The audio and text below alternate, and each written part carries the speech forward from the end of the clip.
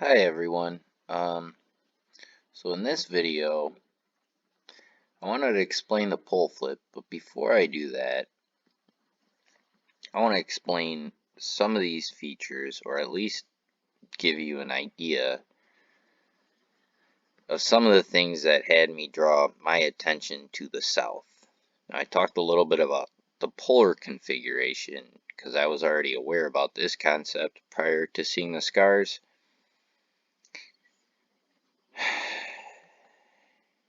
But from my understanding, all this was taking place to the north whenever this occurred. So when I looked at the Earth to the north, that doesn't explain this. But when I look at this right here doesn't explain some of this down here.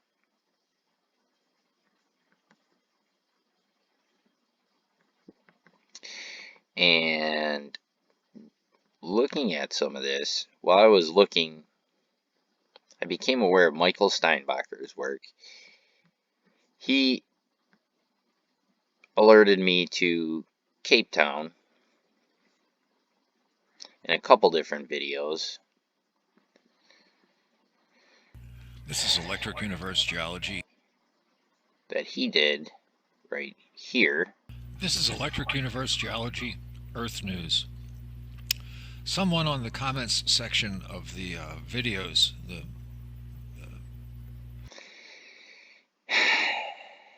And he talks about how this looked filamentary to him.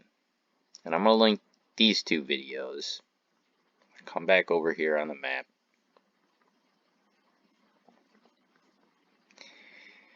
And you can kind of see all this coming in and all this coming in from up down here.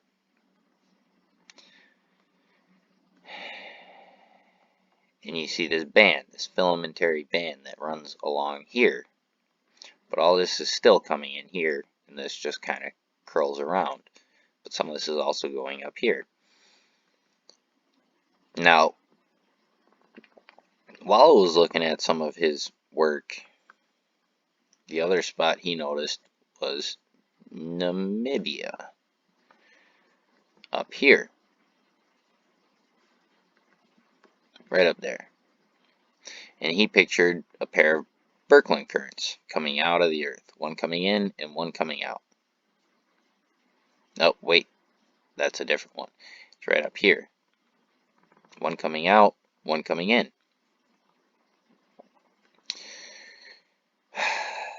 Now,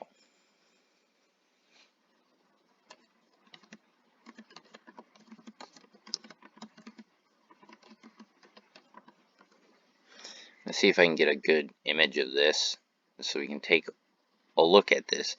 But I don't know if people are necessarily aware, but there's two parts of this landmass. You don't really see it when we're looking at the world in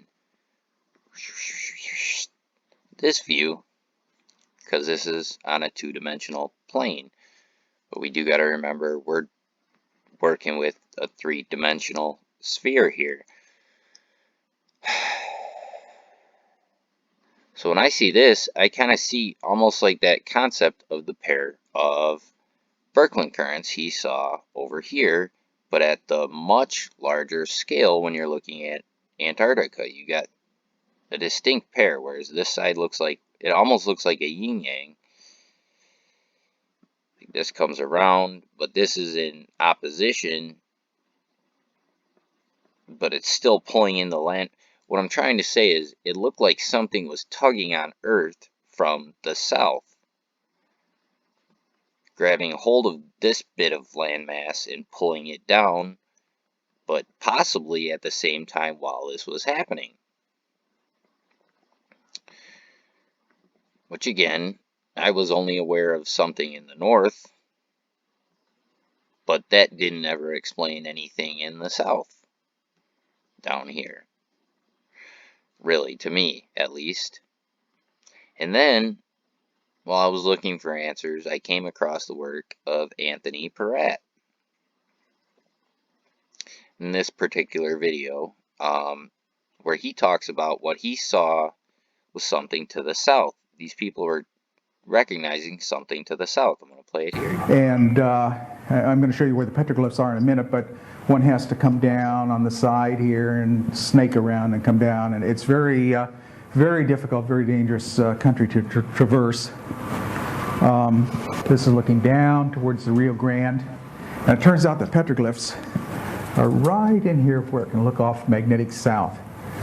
Look off magnetic south with no interruption by mountains here or mountains over here. It's got a very narrow magnetic south field of view.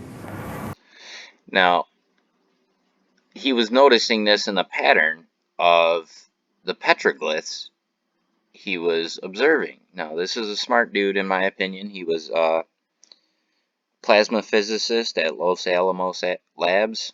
So here he kind of, it seems like he's getting sidetracked on these petroglyphs, but he was noticing a pattern that's pointing to the south.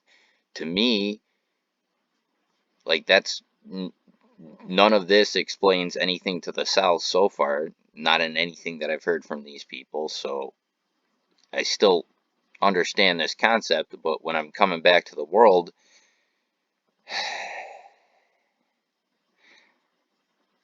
and we have something going on down here,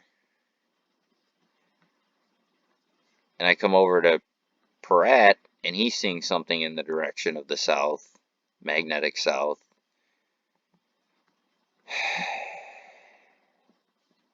And I'm seeing this, and it looks like it's being pulled down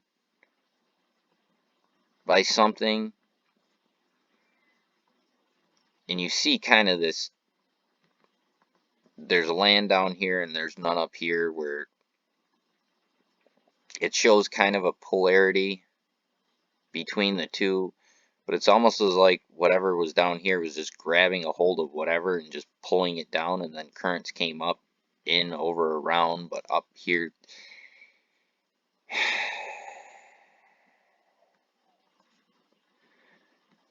And we do have currents coming in at our poles.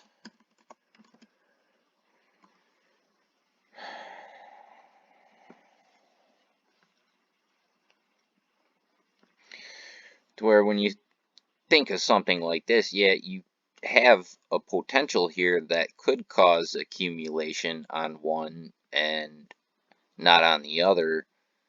Over, this might take longer periods of time, but still, by applying the electromagnetic force, it gives you a logical explanation why you would see that down here. When you come over to this, it looks more distinct. Like, this isn't, rather than just seeing one large accumulation occurring, you have a very distinct, this side is accumulating, whereas this side is almost excavating, but there's still this little ripple in here. And this curls back up into there, like that's part of one polarity, and then the other one shoots up into Africa, towards Africa. So, then we come back over here, and we put our Earth here, in between two larger potentials. When we look at our orbit, this has to balance with this, and this has to balance with this. And I'm not entirely sure what was in the south, but he's saying these were some of the earlier runes. But when you see this and you think that they were recording something in their visible spectrum, and you look at the map and how much damage had to occur, at some point you also have to realize that this has to be redistributed into these general positions, along with some of those features, to occur before they can even carve what they were seeing to the south. So this is kind of complex to process this all, but there's something that was drawing my attention to the south, is the point of this, on top of everything else. To me, there's no doubt the universe is electric by this point, and I'm seeing it more and more, learning about some of the concepts of physics helped explain these things.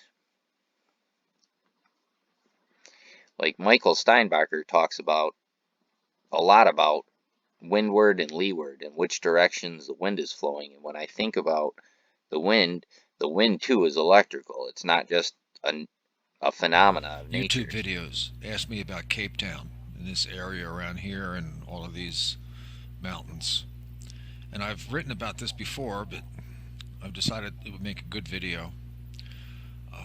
This area right here is particularly interesting. It reminds me something of Diamond Head in Hawaii. I'll show images of that later. But there's a photograph of this that I did not take, of course. It's from, I think, an aerial from somebody down there. And he also shows pictures too, but he explains a lot about which side of these features are windward and which side are leeward, like which direction the wind is coming. But you also got to think about this and the need to take charges clinging to the surface of the planet. And when you throw a moon into this equation on one side of the planet, it's going to cause the intense reactions to occur in this area, which causes charges to redistribute from here over to here, which this is what causes wind, is when we have this basic redistribution of charge. And that's just a normal phenomenon. Like, we can observe that in the now, but when you scale this up a notch to what was happening back in the day, and then you start adding in, now you got a potential to the south. If you look at this, was in the direction of one of the two larger potentials